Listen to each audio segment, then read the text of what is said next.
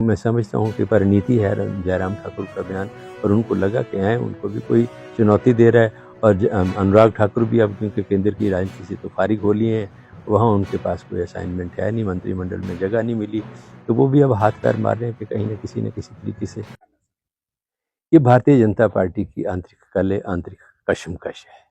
अनुराग ठाकुर मंडी गए, कुछ लोगों ने उनके जिंदाबाद के नारे लगा दिए, मुख्यमंत्री कैसा हो, अनुराग ठाकुर जैसा हो। अब जयराम ठाकुर तो एकाधिकार समझते हो। इस भारतीय जनता पार्टी में हर जिले में एक नेता है, वो सोचता है कि मेरे जिले में दूसरे की एंट्री नहीं होनी चाहिए।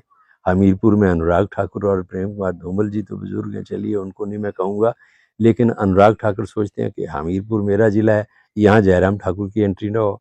मंडी में जयराम सोचते हैं कि यहाँ किसी दूसरे की एंट्री नहीं होनी चाहिए।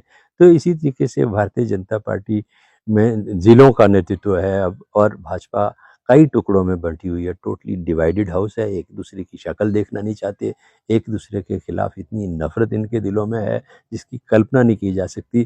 तो उस ये जो भारतीय जनता पार्टी की कशमकश है, नेतृत्व की जंग है, ये उसी की मैं समझता हूँ कि परिणीति है जयराम ठाकुर का बयान, और उनको लगा कि उनको भी कोई चुनौती दे रहा है। और अनुराग ठाकुर भी अब क्योंकि केंद्र की राजनीति से तो फारिग हो लिए हैं, वहाँ उनके पास कोई असाइनमेंट है नहीं, मंत्रिमंडल में जगह नहीं मिली, तो वो भी अब हाथ पैर मार रहे हैं कि कहीं न किसी तरीके से प्रदेश में अपने आप को स्थापित करें। तो ये भारतीय जनता पार्टी की अंतरकला जो है, उसी को उजागर करता है उनका बयान। सर, क्या इस अंतरकला का फ़ायदा मिल सकता है कांग्रेस पार्टी को?